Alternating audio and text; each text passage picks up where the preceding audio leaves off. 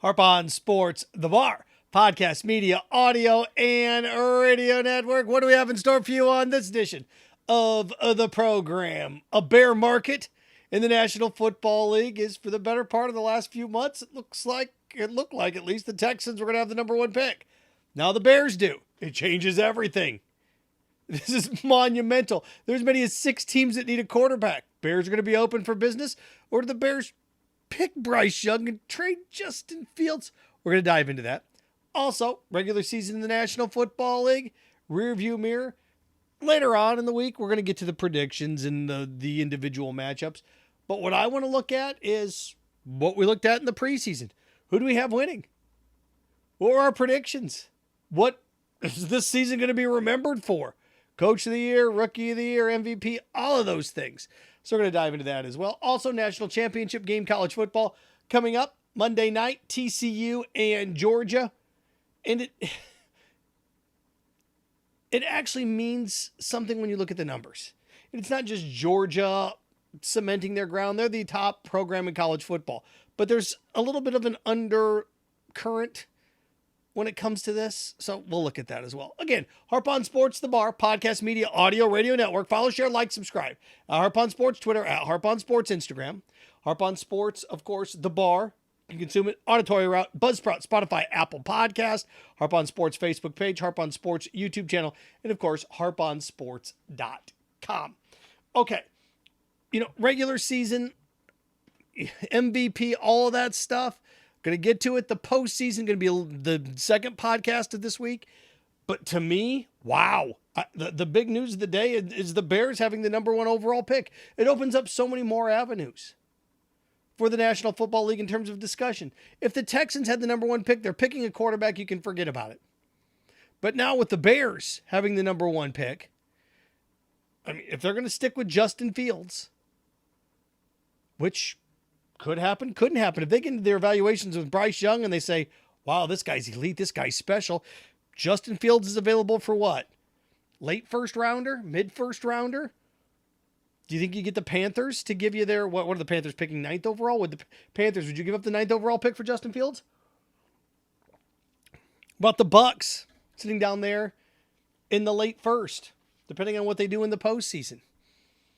Lions have multiple first-round picks. Think about what this starts to do. I mean, do the Ravens trade Lamar Jackson and trade for Justin Fields? So many things that happen now with this number one pick.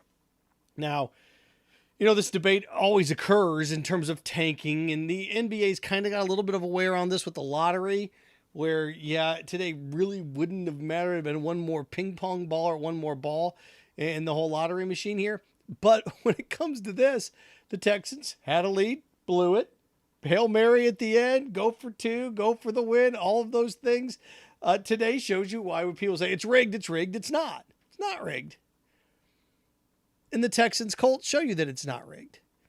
But, I mean, I guess the Texans picking second can trade with the Colts, with the Bears. But if you're the Bears sitting there at number one overall, and look, the other teams that are in play for a quarterback, and I went through and looked at this, that are going to be picking in the top 10 are who? Seattle Seahawks, they get the Denver Broncos pick. Now, they may be fine with Geno Smith, but they're going to be looking for a quarterback eventually. Of course, the Colts.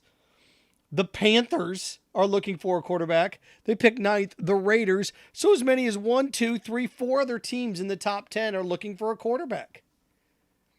So it's a big deal that the Bears have the number one pick. Now, if you're sitting there with the Bears and you're number one and you still, if you're thinking defensive front, which they are, of course, you go to Alabama with Jonathan. You've got big guys across the board there. You could make a trade. And what are the Texans going to have to give up to go from 3 to 1? Remember, the Texans have 2 first rounders, the first pick in the second round, first pick in the third round. If I'm the Bears, I start off, okay, I want the first pick in the second round. We're not going to give that to you. Okay, who's open for business? Would the Colts give up 2 firsts? And if you're the Bears, would you go from 1 down to where the Colts are? This is interesting. All of a sudden, this bear market, when it comes to the NFL draft, is extremely intriguing. And the teams that can move up, and of course, the farther down you are, the more that's going to take to come up there and get that number one pick. But to me, I think it's going to cost the Texans at least, if nobody wants to do business, it's going to cost you at least a third to come up to that one spot. At least a third. Probably going to cost you your second round pick. Or maybe you package a third this year and a second next year, something along those lines. But the Bears are going to get something in return for that first pick. They're not going to sit there and draft a defensive lineman. They're not. They're going to get something for that. Now, if they can come down to number 2 and still get the guy they wanted all along, great. Great. Remember when John Lynch and the Niners did that to the Bears? The Bears got boogied a couple years ago up there with Mitchell Trubisky. Well, the Bears are about to do it to somebody else. What the Niners did to the Bears for Trubisky, what John Lynch did, is going to be almost identical to what the Bears are going to try to do to the Texans. So, what do? Well, you can't sit around and say, well, the Texans, we'll just wait for a quarterback to fall. Now, if you love C.J. Stroud and Bryce Young the same, then you're cool. Then you don't have to do anything. But it makes the top of this draft so much more interesting. Again, a couple years ago when it was the Jaguars and Trevor Lawrence, it was like, whatever. Last year there was some intrigue with the Jaguars, but it was intrigue like, okay, what defensive linemen what are they going to do here? That's where the intrigue was. With the Bengals and Joe Burrow, there wasn't much intrigue. There's intrigue this year. We know, here's what's crazy about this. We know that number 1 pick is desirable. And we also know that 5 or 6 teams want it. You can make a case that it may be the most desirable number 1 pick that's available in 15, 20 years. The other time I can think of maybe it was this desirable was the Michael Vick, LaDainian Tomlinson essential swap that the Chargers and the Falcons did 20 plus years ago. It's very similar in terms of teams that are going to want to come up there and get something.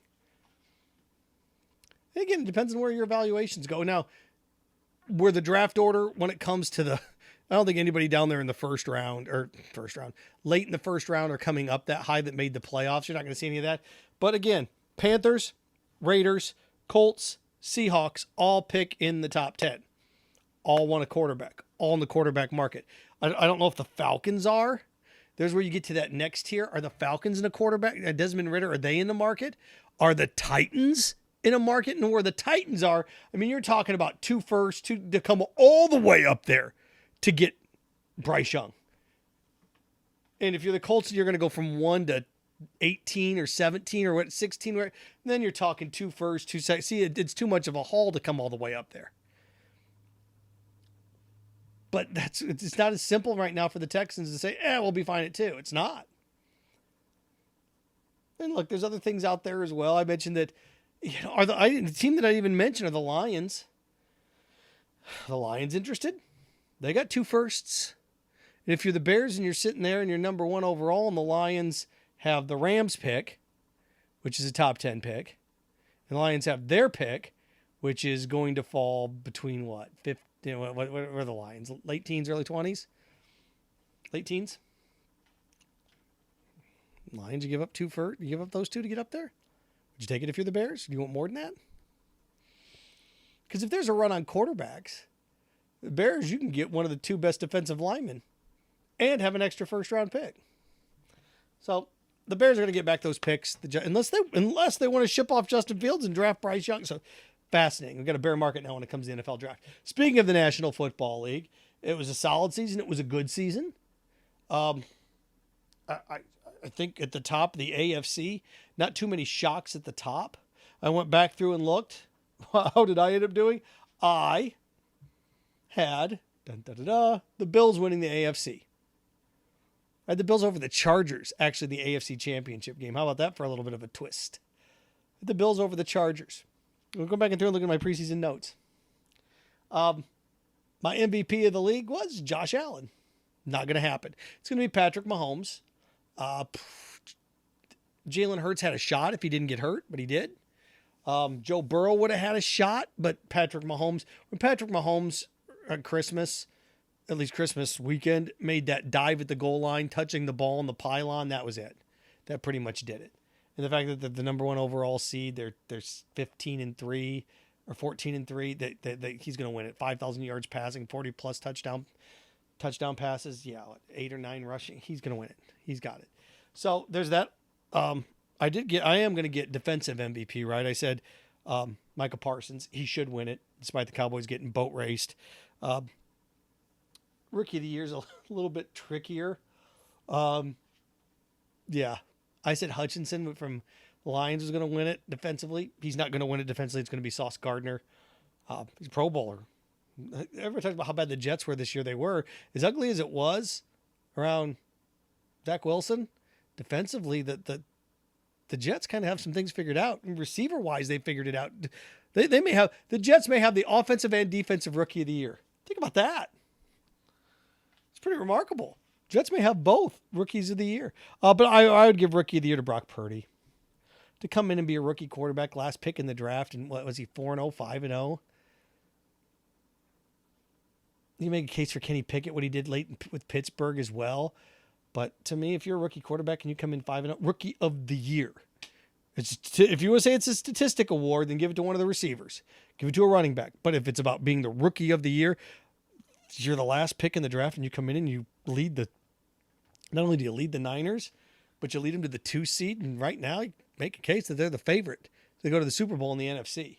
So that's what I look at. Again, my rookies of the year, Hutchinson. And, yeah. You don't get them all right, do you? No, not when it comes to that. No. And I said Pickett would win rookie of the year in the AFC. So that's kind of where, or rookie of the year offensively. So I said Hutchinson and Pickett. Didn't happen. So coach of the year, who's it going to end up being as well? Sirianni from the Eagles. You can make a case for, you can.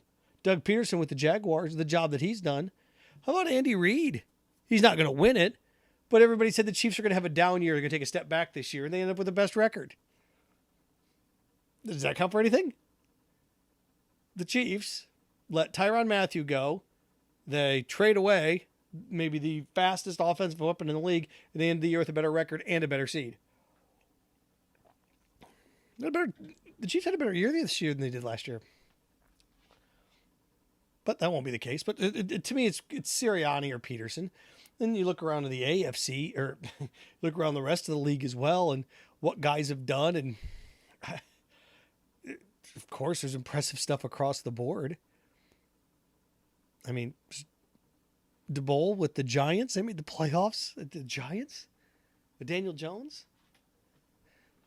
But again, the guy that won that division, Nick Sirianni, second year, he should be coach of the year. But these are just like the awards, and like to me, surprises, disappointments.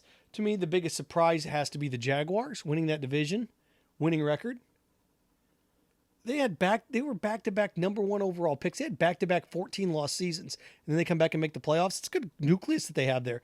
And next, cap-wise, they're a little bit of struggle going to be coming up here financially, but another year with another chance to let some of these guys develop, they're going to make some decisions on some of their guys' free agency, but the Jags are built to win that division for the next 2-3 years here now. At least until the Colts and well, look, if Ryan Tannehill comes back and the Titans are all healthy, they were right in there to the end. I shouldn't say it's the Jaguars division because the Jaguars will have a first place schedule. The Titans will not. Not quite yet, but surprise team of the year, it has to be the Jaguars. Disappointing team's got to be the Rams, right? You win the Super Bowl and you come out and you lose 12 games. Lost 12 games, didn't they? 11, 12 games. If you win the Super Bowl and then you lose double-digit games the next year, you got to be the most disappointing team. Now, we've seen teams win the Super Bowl and then come back the next year and not do much. But I can't think of a team that won the Super Bowl and came back and lost double-digit games and was out of the playoffs by December. That rarely happens, especially with how loaded they were. So there's talk that McVay may leave, and I get leaving. Go into the booth or leave for a year or two, look around, because this team, draft pick-wise, is not going to have much again coming up this year. And you look around about where they are, and they're not going to be able to replenish this stock. The Rams are going to be old in a hurry. You'll make a case for Pete Carroll, coach of the year. People thought that the Seahawks may be the worst team in the NFL and have the number 1 pick, and here they are in a sneeze postseason. They won a winning record. So, there you go. Wanted to wrap with this. The college football playoff. We got a couple more years where it's a Final Four setting. The playoff was fantastic, the semifinals. I hope we have a great championship game Monday night. I don't know how great it's going to be. Something tells me with Mr. Duggan that this is a guy that almost won the Heisman. It's a guy that had some gigantic throws against Michigan, but it's also a guy that Georgia's going to put a spotter on. They're not going to let him scramble and run all over them. They're just not. And come on, TCU doesn't have the receiving core that Ohio State had or the offensive weapons. I just don't know how they keep up for 60 minutes. I think Georgia beats them, and I think Georgia covers the 13. I think you're looking at something like 35-14. I hope I'm wrong. Because the best thing I wrote down, college football, right? If everybody always talks about how college football, it's the same teams winning it. College football, it's the same teams. It's the same teams. It's the same teams. That's why we had to expand it, right? It's the same teams. Do you realize if TCU wins it, we'll have had 5 different national champions in the last 5 years? If TCU beats Georgia, all let's talk about college football being the same teams, being the same teams. We'll have had 5 different champions the last 5 years. Not too many sports can say that, can they? Can the NBA say that they've had 5 different champions the last 5 years? When you go back and look at it, Golden State won 1 at the beginning and won 1. Right? They've won 2 of the last 5.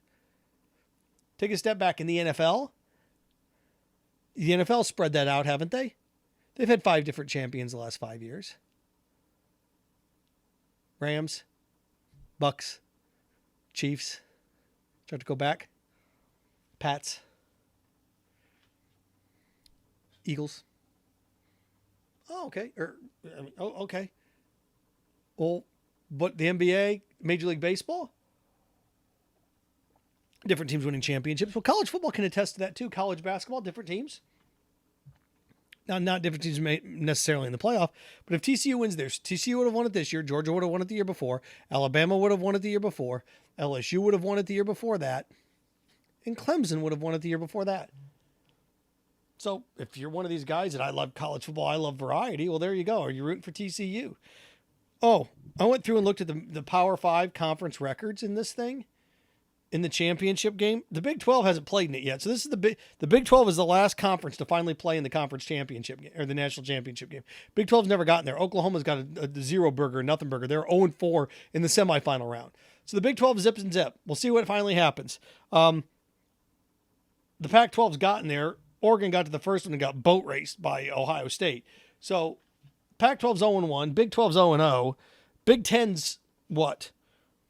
1-1. Ohio State lost to Alabama and Ohio State drilled Oregon. ACC's 2-2. By the way, all of those are Clemson. Clemson beat Alabama twice. And Clemson lost to Alabama and lost to LSU. And then the SEC's 5-4. It's funny. The SEC's played in 9. Has got 9 decisions in the college football playoff. The rest of the conferences combined. The SEC's 5-4. The rest of the conferences combined are what? 3-4? So the SEC's competed in, won and lost more title games than the rest of the conferences combined. If that's not dominance, I don't know what is.